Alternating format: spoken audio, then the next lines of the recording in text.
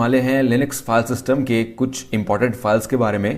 Basically काली के बारे में बात करेंगे यहाँ पर, तो उसके पॉइंट ऑफ व्यू से देखते हैं कि कौन कौन सी इंपॉर्टेंट फाइल्स है जो हमको बार बार काम आएंगी यहाँ पे। तो सबसे पहले जो फाइल है, मैंने बताया कि जो सिस्टम कॉन्फ़िगरेशन की फाइल्स होती हैं वो etc डायरेक्टरी में होती हैं रूट लेवल के नीचे, तो वही है, उसी डायरेक्टरी में काफ़ी सारी इंपॉर्टेंट फाइल्स हैं हमारे लिए। तो सबसे पहले जो इंपॉर्टेंट फाइल है वो है etc पासवर्ड। मैं यहाँ पर आपको दिखा देता हूँ, पहले मैं कैट करता हूँ उस फाइल को, ठीक है। यहाँ पर मैं कैट करूँगा तो यहाँ पर आप देख रहे हैं कुछ यहाँ पर इंफॉर्मेशन दी गई है। इसका अगर हम लोग ब्रेक डाउन करें तो कुछ इस तरीके से होगा। यहाँ पर आप देख रहे हैं ये है यूज़र नेम, मतलब कौन सा यूज़र है। सबसे पहला जो है वो है रूट, जो हर सिस्टम पे होता ही है, ठीक है। ये हमारा मतलब स्ट्रक्चर है, ये पूरा जो स्ट्रक्चर है वो एक यूज़र के बारे में इंफॉर्मेशन है। अब यहाँ पर इसको ब्रेक डाउन करें तो ये यूज़र का नेम है। उसके बाद जो यहाँ पर एक्स लिखा हुआ है ना, ये जो कॉलन है ये फिक्स्ड है, ये सेपरेट करने के लिए यूज होता है इन्फॉर्मेशन को। ये जो एक्स है यहाँ पर पासवर्ड आता है, जो etc पासवर्ड फाइल है उसमें एग्जैक्टली पासवर्ड स्टोर नहीं होता है, ये जो यूजर नेम है वो स्टोर होता है, पासवर्ड की जगह में एक्स आ जाता है। तो यहाँ पर पासवर्ड एक्चुअली में किसी का स्टोर नहीं होगा। एक्चुअल में जो इन्फॉर्मेशन मैं यहाँ पर बताने वाला हूँ उसको मैंने डिटेल में बताया हुआ है थ्योरी वीडियो में, तो वहाँ पर हम लोग डिटेल में पढ़ेंगे। यहाँ पर मैं सिर्फ ये बता रहा हूँ कि एक्चुअल में जो स्ट्रक्चर है वो क्या है। ये जो लास्ट पे है ना, यहाँ पे बिन बैश जो आप देख रहे हो, ये डिफॉल्ट टर्मिनल है रूट का। ये जो रूट, मैं जब भी ऐसे रूट लॉगिन करता हूं ना तो ये टर्मिनल खुलता है मेरा बिन बैश, तो मेरा बैश शेल खुलता है। हर किसी का अलग अलग होता है यार, हर किसी का टर्मिनल फाइल होती है अलग अलग होती है, TTY शेल होता है, सबका अलग होता है। तो जो बिन बैश है उसका पावर सबसे ज्यादा है, तो ये रूट का होता है। अब यहाँ पर आप देख रहे हैं यूजर है डीमन, ये भी एक यूजर है जो सिस्टम ने बनाया है खुद से, ये आप नहीं बनाते हो, ये आप बना भी नहीं सकते, और मतलब ये बाय डिफॉल्ट बन के आता है। तो कहीं भी किसी का पासवर्ड नहीं दिया है, जो भी यहाँ पर यूजर टाइप है, मतलब ये एक्चुअल में जो यूजर्स होते हैं ना ये प्रोसेस रिलेटेड होते हैं, हर प्रोसेस के अलग अलग होते हैं। और फिर उसके बाद बात करें यहाँ पे, तो सबकी यूजर आईडी दी हुई है, यहाँ पर आप देख रहे हैं ये यूजर आईडी है 999 जो आप देख रहे हो यहाँ पे यूजर आईडी है, और ये जो ऊपर दी हुई है ये सारी भी यूजर आईडीज हैं। तो इसका मतलब क्या है यार, ये जो अब यूजर आईडी होती है ना इन लोगों की, ये आप नहीं बना सकते।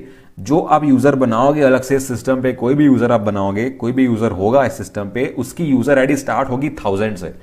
तो उससे पहले कि जो भी यूजर आईडी का यूजर है वो इस सिस्टम के साथ आता है, और ये इसके बारे में डिटेल में पढ़ेंगे। तो ये फाइल हमको काफी काम आने वाली है, काफी यूजफुल इंफॉर्मेशन मिलती है हमको, मतलब जो यहाँ पर यूजर्स बने हुए हैं सिस्टम के उसकी इंफॉर्मेशन मिलती है हमको। जो भी यूजर बने होंगे अलग से, मैंने अभी तक बनाया नहीं है तो यहाँ पर दिख नहीं रहा है, लेकिन बनाने के बाद हम लोग फिर से देखेंगे कि मतलब कैसे स्ट्रक्चर चेंज होता है इसका। तो काफ़ी सारी इन्फॉर्मेशन है यहाँ पर, यूज़र आईडी भी दी रहती है, और उसका शेल भी दिया रहता है, और उसका यूज़र नेम दिया रहता है, काफ़ी इन्फॉर्मेशन यहाँ पर आपको मिल जाती है। तो ये है सबसे पहले इंपॉर्टेंट फाइल। अब दूसरी फाइल के बारे में बात करें तो वो है कैट। यहाँ पर एक और फाइल है etc शैडो। ये जो फाइल है ये सिर्फ रूट एक्सेस कर सकता है, उसके अलावा कोई यूज़र नहीं कर सकता। ये कॉन्फिडेंशियल फाइल होती है, और काफ़ी मतलब यहाँ पर आप देखो ये रूट है मेरा, ठीक है। तो इसके बाद जो इन्फॉर्मेशन दी हुई है ना, ये पूरी इन्फॉर्मेशन यहाँ से लेके यहाँ तक, ये मेरा पासवर्ड है, ये हैश्ड पासवर्ड है, रूट यूजर का हैश्ड पासवर्ड है। तो इस फाइल में पासवर्ड एक्चुअल में स्टोर होता है, ठीक है। तो मतलब ये जो यूजर है ना रूट, इसका पासवर्ड ये है, और इसका भी इंफॉर्मेशन हम लोग डिटेल में पढ़ेंगे थ्योरी वीडियो में। अभी मैं ये बता रहा हूँ कि ये कहाँ होती है और यूज क्यों होती है। तो एग्जैक्टली आपको पासवर्ड मिल रहा है यहाँ पे, लेकिन इसका मतलब ये नहीं है कि आप इसको क्रैक कर सकते हो, ये बहुत मुश्किल है क्रैक करना। लेकिन फिर भी किसी न किसी तरीके से तो हमको पासवर्ड मिल ही रहा है ना, तो कोई तो खतरा है। और काफ़ी सारी इन्फॉर्मेशन और होती है हमारे पास यहाँ पर, मतलब हम लोग थ्योरी में पढ़ लेंगे।